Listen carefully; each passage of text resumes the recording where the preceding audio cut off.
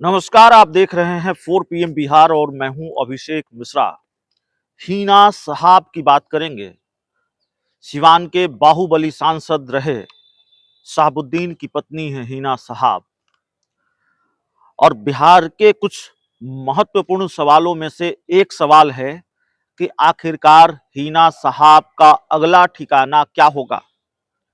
2019 के लोकसभा चुनाव हिना साहब ने आरजेडी के टिकट पर लड़ा, चुनाव हार गई जेडीयू की कविता सिंह के हाथों। लेकिन आरजेडी से हिना साहब का मोहभंग हो चुका है और हिना साहब से आरजेडी का भी मोहभंग हो गया है। ऐसा नहीं है कि हिना साहब को मनाने की कोशिशें नहीं की तेजस्वी यादव ने, लालू यादव ने। मनाने की कोशिश हुई लेकिन हिना साहब नहीं मानी और जब हिना साहब नहीं मानी तो लालू का भी मोहभंग, तेजस्वी यादव का भी मोहभंग हिना साहब से हो गया। आरजेडी के अंदर के कई नेता ये मांग करते रहे कि हिना साहब को राज्यसभा भेजा जाना चाहिए, लेकिन हिना साहब राज्यसभा नहीं भेजी गई और इसके बाद से हिना साहब की नाराजगी और बढ़ गई। वैसे हिना साहब या शहाबुद्दीन के कुनबे की नाराजगी, वो लोग भी जो शहाबुद्दीन के समर्थक माने जाते रहे, शहाबुद्दीन पूर्व सांसद अब इस दुनिया में नहीं है, उनके समर्थक माने जाते रहे और आरजेडी में हैं, उन्होंने भी पार्टी के नेतृत्व के प्रति नाराजगी जताई और ये कहा कि आखिरी वक्त में शहाबुद्दीन के साथ जो जिस तरह का ट्रीटमेंट आरजेडी को करना चाहिए था वो नहीं किया। ये तमाम तरह के आरोप आरजेडी पर लगे और वहीं से हिना साहब या शहाबुद्दीन के कुनबे और आरजेडी के बीच, लालू परिवार के बीच दूरियां बढ़ती चली गई। उसके बाद लगातार हिना साहब ने यह संकेत दिए कि आरजेडी से उनका नाता टूट गया है। एक वक्त पर उन्होंने ये बयान दिया कि वो फिलहाल किसी पार्टी में नहीं है और अपने समर्थकों से, अपने लोगों से राय मशवरा करके वो फिर ये तय करेंगी कि उनको कहां जाना है। हिना साहब ने चिंताएं बढ़ा दी हैं लालू यादव की, नीतीश कुमार की। उन्होंने ऐलान कर दिया है कि वो लोकसभा का चुनाव लड़ेंगी, आरजेडी से नहीं लड़ेंगी। ये बात तकरीबन कन्फर्म नजर आ रही है। हिना साहब जेडीयू के टिकट पर भी नहीं लड़ेंगी, ऐसी कोई गुंजाइश भी नहीं है। सवाल यह है कि हिना साहब लड़ेंगी तो किस पार्टी के टिकट पर लड़ेंगी और आरजेडी से उनका नाता अगर बुरी तरह से टूट चुका है, जो कि लगता है कि टूट चुका है, तो फिर उनका अगला ठिकाना क्या होगा। क्या उनका अगला ठिकाना बीजेपी होगा? क्या उनका अगला ठिकाना जेडीयू होगा? लालू यादव, नीतीश कुमार साथ हैं। हिना साहब के लिए कोई वैकेंसी जेडीयू में है, वहां कोई दरवाजा खुला हुआ है ऐसा लगता नहीं है। जेडीयू के दरवाजे भी बंद ही नजर आते हैं। भारतीय जनता पार्टी जेडीयू की सांसद कविता सिंह की तरफ देख रही है या ये चर्चा तेज है कि कविता सिंह बीजेपी का दामन थाम सकती है। हिना साहब के लिए वैकेंसी बीजेपी में भी नहीं है, तो फिर हिना साहब का अगला ठिकाना कौन सा होगा? किस कुनबे के सहारे हिना साहब अब अपनी सियासत को आगे बढ़ाएंगी? किस कुनबे के सहारे 2024 का लोकसभा चुनाव लड़ेंगी या किस दम पर वो ऐलान कर रही हैं कि वो हर हाल में लोकसभा का चुनाव लड़ेंगी? दरअसल जो जानकारी मिल रही है, जो खबर मिल रही है, उसके मुताबिक हिना साहब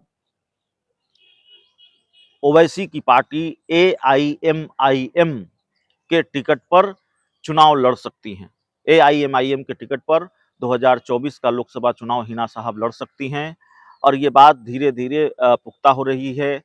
एआईएमआईएम में उनके शामिल होने की आधिकारिक घोषणा कभी भी हो सकती है और हिना साहब एआईएमआईएम के साथ ही जा रही हैं, ये बात तकरीबन तय हो चली है। जो जानकारी हमारे पास है, हमारे सूत्रों के हवाले से जो जानकारी मिल रही है, उसके मुताबिक बातचीत चल रही है और बातचीत शायद अंतिम दौर में है।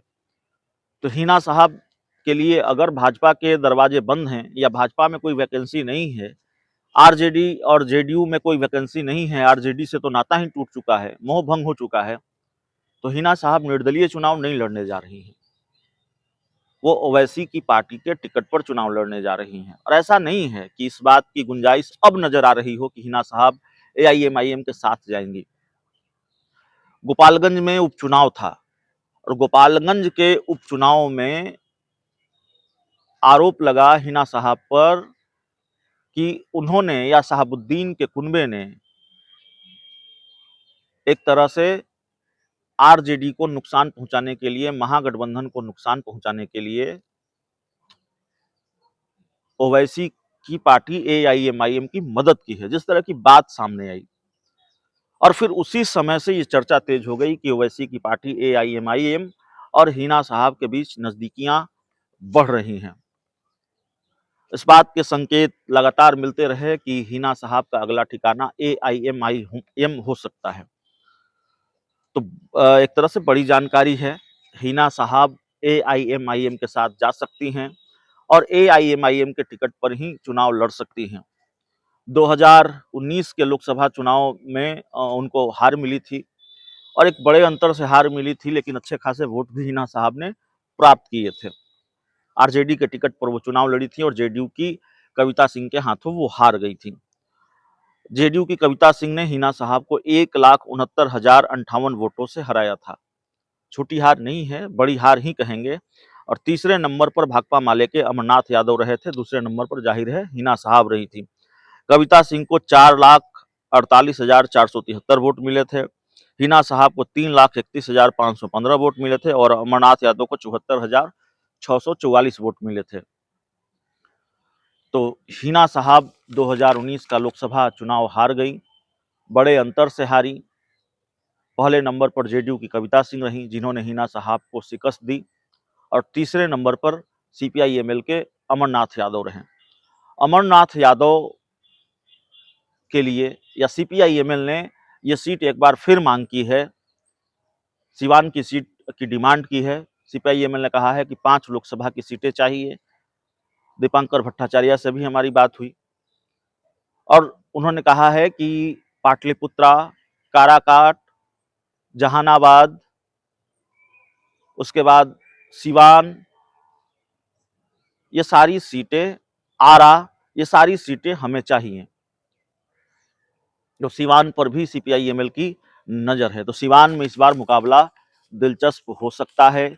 एआईएमआईएम के टिकट पर हिना साहब लड़ेंगी, इस बात की गुंजाइश नजर आ रही है। ऐसी जानकारी भी मिल रही है। कविता सिंह क्या भारतीय जनता पार्टी में जा रही हैं, बीजेपी के साथ जा रही हैं, जेडीयू का साथ छोड़कर, इसकी चर्चा भी खूब हो रही है। तो फिर महागठबंधन का पहलवान कौन होगा? क्या सीपीआई-एमएल वहां से चुनाव लड़ेगी या फिर नीतीश कुमार, जेडीयू जिनकी सिटिंग सीट है, जहां से उनकी पार्टी की सांसद है कविता सिंह, वहां से किसी और पहलवान को मैदान में उतारेंगे या फिर जिस आरजेडी का गढ़ माना जाता है सिवान, लालू यादव वहां से अपनी पार्टी के उम्मीदवार को उतारेंगे? ये तमाम सवाल हैं। तो इस रिपोर्ट में, इस खबर में इतना ही। बहुत बहुत धन्यवाद।